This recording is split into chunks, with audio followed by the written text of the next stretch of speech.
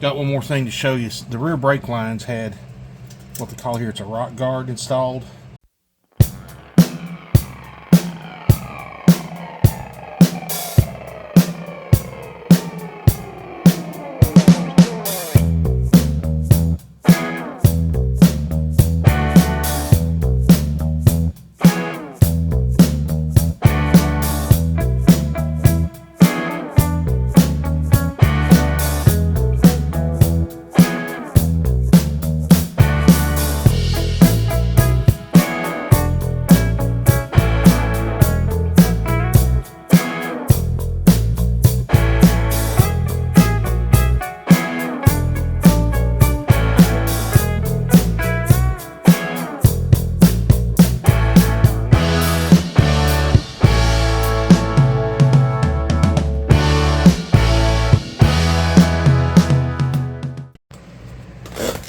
Good afternoon. Yeah, I know I missed content on this job, but we'll show you what I'm working on because it don't look like many more people show you.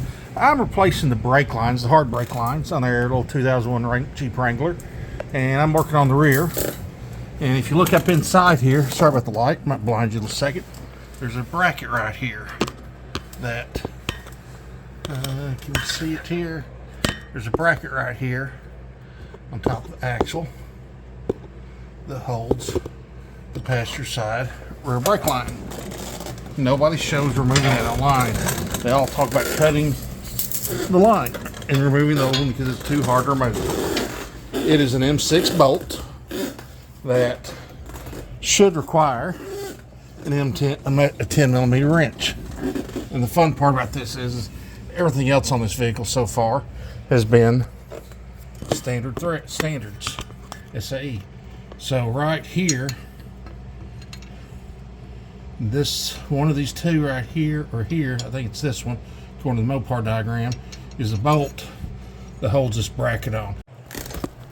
Alright, so here's the bracket that is holding my rear brake line, and it was both of those bolts are 10 millimeter heads, and I switched up after I broke it loose my angle head wrench. I switched it up to my ratcheting 10 millimeter wrench and got the bracket loose. So I'm gonna put the new brake line in and finish it up. And I'll show you what the brake lines looked here in a minute, because what happened, the passenger front had had a hole rotted in it, and as I pulled the lines out, they've all been breaking apart when I'm taking them out.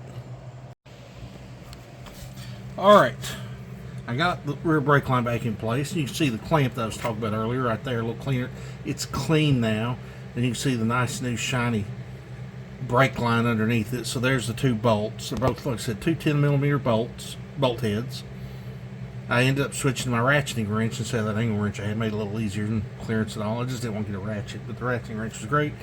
So you pull those two bolts out, that clamp comes off, and the brake line comes out. As you can see, I got the brake line replaced now all the way to this rear wheel cylinder. Got one more thing to show you. The rear brake lines had what they call here, it's a rock guard installed. The front ones, the front replacement ones didn't, and the one that leads to the back, the vehicle front didn't either. I'm going to show you, do a segment here just a second also, and I'll video it. I'm going to show you how to put this on pre-made lines that doesn't have it. I ordered it off of Amazon. I'll put a link. We'll put a link in the video to what I ordered. But it's easy enough to put it on yourself. It doesn't look perfect maybe, but at least I want to put it back on in the place of the factory felt that needed a little bit extra rock protection on the brake lines. Alright, I put the new line on here the other day. Don't have the rock guard on it. Here's the piece. This is my original problem. I'll show you on the rest of the line, but this is what rotted right here about the wheel cylinder. So this last few inches that's exposed has the rock guard on it. So my new replacement line doesn't. So what I'm doing is I'm taking the rock guard I got to roll over to Amazon. Like I said, I'll put a link down below when we post a video. It's just like a big spring. You got a roll of it. And all I'm doing is I'm spreading the coils out and I'm wrapping around the line. I'll show you this after I'm done. I'll show you an example of one of the old lines. I'm not taking these new lines back out unless I have to. So let's see what happens. And I need to put my clip, I didn't have in there all the way either, holding my new brake lines from the bracket to my caliper on yet. So I got to put that on too. Alright, just showing you how I'm doing this. I spread the spring out, the rock guard. This is like a big spring, but I'm just winding it around the brake line. Then when I'm done, I'll compress it back down to cover the line where I need to. and I'll cut off the excess at the top. All right, you can see here's my old line. The rock guard is on it quite a ways up to here, and here's my new line without it. So I'm gonna do, it's easier to do this outside the vehicle. I put the passenger side one on, it wasn't fun. So I've took the rock guard, cut a section off. So it just looks like a big spring, really. Or if you ever turned rings for chainmail, make your own personal chainmail, right? It's a similar thing. But I spread it apart, and I'm wind it on this line from here at the brake where it goes into the line there for the flexible line for the wheel cylinder for the caliper.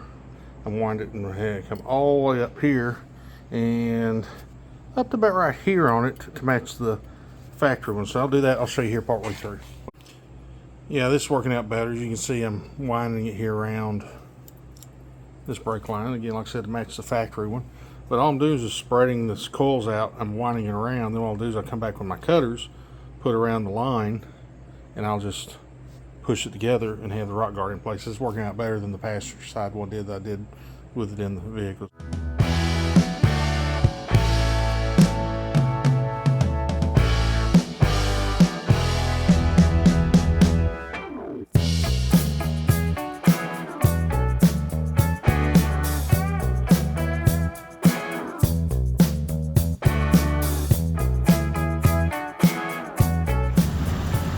Tiny Jeep is purring again.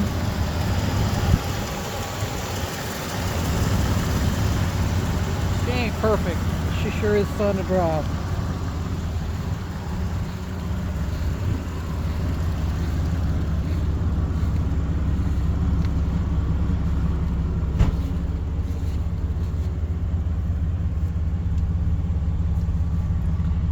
So what is that?